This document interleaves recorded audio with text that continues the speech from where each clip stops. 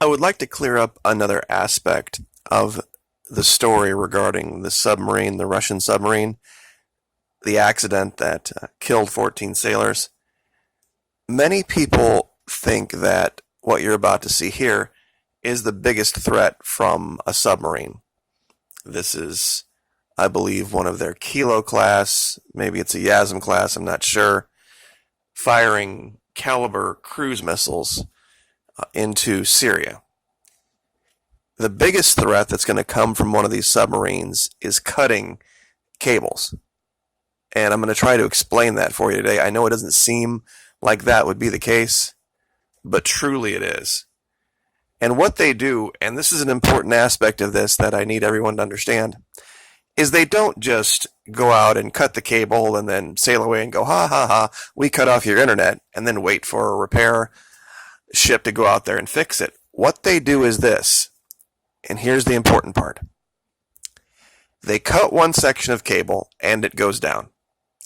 Then they go 5, 10, 15 miles downrange on the cable and they cut it again. But this time, they put in a tapping device.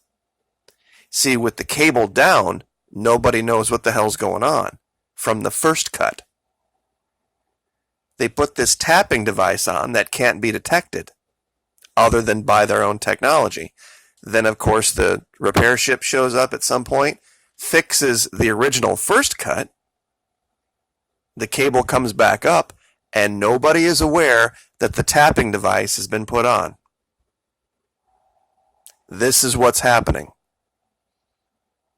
Because that device they put on just allows the free flow of the information. It just records it and sends it to someplace, who knows.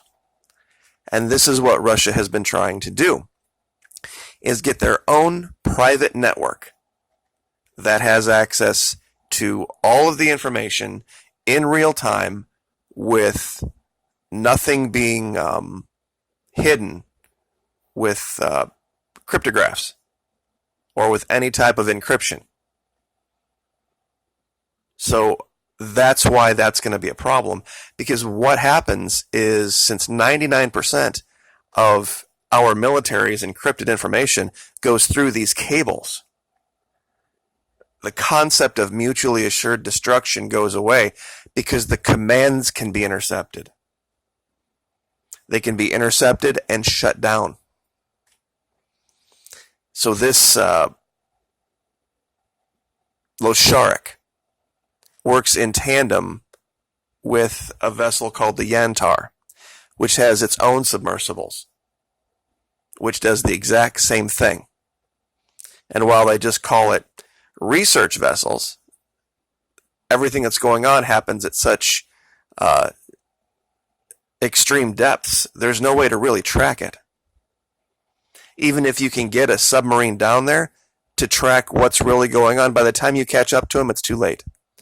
They can do this very, very quickly. That this accident happened is just, a one-off. It's not something that specifically happened this time that was different than others, other than just random dumb luck. Because those submarines, the Loshariks, to go that deep, you've got to give up a lot of different things.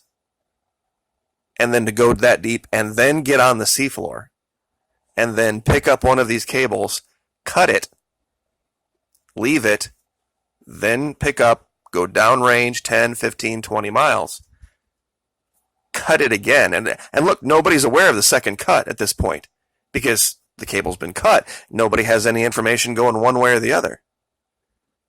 Then they cut out another section.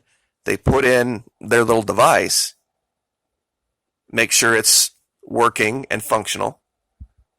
And then when just the hapless, unaware repair vehicle shows up and repairs the first cut and everything comes back up, nobody knows.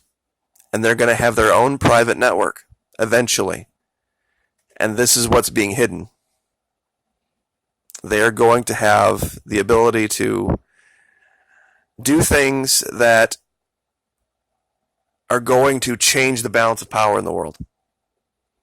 Now, what I'm showing you here is an Iranian Fateh class, for lack of better pronunciation, I guess, submarine. There was this ridiculous, stupid, completely inaccurate story going on around during that time about something happened in the at the Arabian Gulf, and it just goes to show you there's so much fake news out there. You really have to be careful what you believe.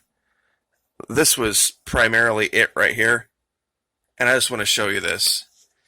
Now, I know you don't agree with CNN, but the people at CNN know how to speak the English language.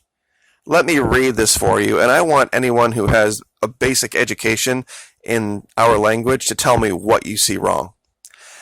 Developing. White House sources say that the U.S. Navy has struck a Russian nuclear submarine at the Arabian Gulf, mistaking it for an Iranian sub. Now, to an English teacher, if there's any out there, they're cringing at this point, because whoever put this statement together clearly had no concept of how to make a statement. So it's clearly fake. And when you go to the link here, this CNN.it/2 Yankee Sierra Mike Oscar Oscar Romeo, it's the thing about the tax returns. So clearly somebody grabbed a screenshot and then they just monkeyed with the syntax. Somebody who didn't know the concept, the basic concepts of structuring a statement in the English language. And if you look at, if you might have seen earlier, I had it up, who did this, you'll know exactly who I'm talking about. So just saying, watch what you believe. This thing with Russia skulking around undersea cables has been going on for a long time. They've been tracking this since 2015. And it's a tough thing to stop. It really is. In fact, where is the map? Okay, this is a generalized map of all of the cables around the world. It gives you an idea of when we were looking at the situation. Real quick, we're going to cover this. The Fitzgerald. This is why we thought what was going on with them was related to these cables. This is where the accident occurred. Right here, here's Oshima Island, and there are 3 cables that go through this area. And when you get right down to the detail, I don't have that map up, the course of the Fitzgerald and the course of this cable, even in the report, matches up perfectly.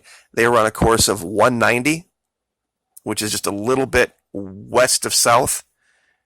And in the report, it states that the command at the time considered a course change to 240, but rescinded the order and ordered hard to port. Well, this cable down here turns to 240, where this happened. In fact, I believe the location is actually right here, generally speaking. So it's just too much of a coincidence. And then we correlated the issue with the Lake Champlain. They actually hit, there was no injuries or death. They hit a fishing boat. And I'm trying to remember where that was. Here's Japan. And where they hit the fishing boat, there was only 2 or 3 cables in that whole region. I think it may have been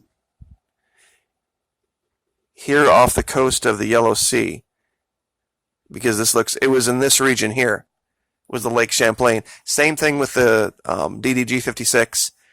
Same thing with the Statham. We also had an issue with the Normandy off of our coast. And all of these situations correlated to locations directly over these cables.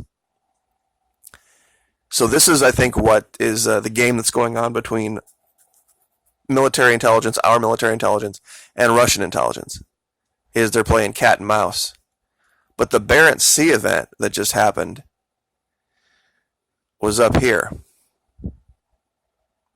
Now, where in the Barents Sea, that's up for debate. But there's only one cable that runs through here. And if you could tap it, you would have all of the information coming out of whatever this is here. Let's see, that's Sweden, that's Finland. Well, I guess that would be Russia. There's 2 cables here. This is the Barents Sea. And it goes all the way over here to the other side of Russia. That's very interesting. Probably then you would have to imagine the cable that they wanted to get a hold of was this one. The one that goes out to the Atlantic off Norway. Perhaps one of these two going up to Svalbard for some reason? Hard to say.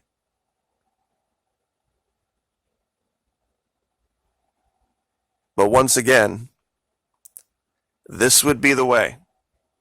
This would be the way that you could stop the concept of mutually assured destruction, is if you could intercept and interrupt any commands given. Because you had devices knowing that they were being given and you could alter them. We all know about deepfake technology. You know, if they had the ability to control the messaging around the world at all times and at any one given time, they could control the future.